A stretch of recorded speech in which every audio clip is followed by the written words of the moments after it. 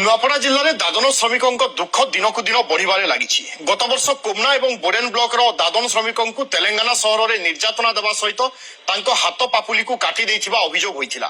एथर Khadiyal block खलियापड़ा गाँव जड़े दादन श्रमिकों शरीर में तेल ढाली निया लगा जाइथिबा अभियोग होइछि। आहत श्रमिक हेले खड़ियाल थाना खलियाभटा गाँव विद्याधर माझी। विद्याधर तांको पुओ झियो एवं शाळींक समेत 4 जण मिसी गत अक्टोबर मासरे खड़ियाल जड़े दलाल माध्यम आंध्र प्रदेश आल्लाराम इटा पकाइबा सेठारे एआर माधव नामक जड़े इटाभाटी मालिकों पाखरे सेमाने काम करुथिले। गाँव में स्त्री देह असुस्थ खबर पाई ट्रेन जोगे सिकंदराबाद विशाखापाटना को आसुथिले। यह जानिबा परे इटाभाटी मालिक तांकु धरिबा पई किछि युवकों को पठाइथिला। श्रीकाकुलम स्टेशन रे श्रमिक विद्याधर माझी को ओह्लाई माड़ मरा जाइथिला। सेठारु अन्य एक स्थान को नहीं देहरे तेल ढाली निया लगाई देथिबा विद्याधर एवं तांको स्त्री अभियोग करिछथि।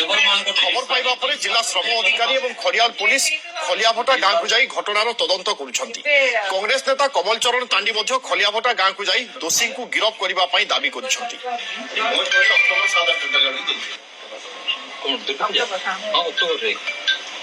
रिटर्न टिकट कटानी और फिर आसुथिनी आसबा समय गोटे स्टेशन आसला के मते फिर और पिला के डेटा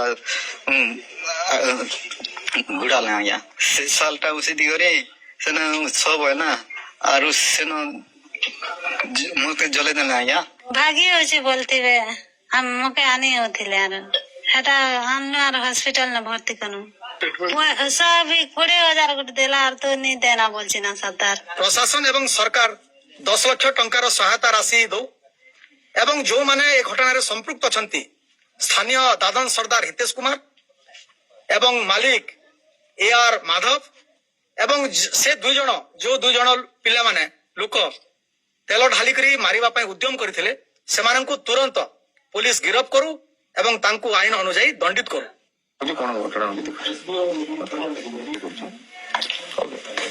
रेजिस्ट्रेशन हबो जो माने दोषी ताको एगेंस्ट कार्यानुष्ठान ऑफिसर निया देबो तदंत तांकर स्टेटमेंट से जा देबे तो सेही अनुसार तदंत आगेले ही हमके जणा पड़ो। से अभियोग करछन ताके जो पोड़ी दैछन बोले से जणा पड़ो हां नहीं से तो आगे कहि पाउ ना कि पोड़ी दैछन कोन हेछन तो पुलिस से दिगरे तदंत करी कि जे पोड़ी दैछन कि कोन करछन ताको एक्शन नेबे। आज ये घटना खबर पाया परे जिला श्रम अधिकारी तथा खड़ियाल पुलिस घटनार तदंत करुछि। तेबे एही दादन श्रमिक को न्याय मिलिब केबे ताहा देखिबार बाकी रहिछि। नुआपड़ा जिला खलियापड़ा गाँव विजय कुमार सहित न्यूज 18 ओडिया।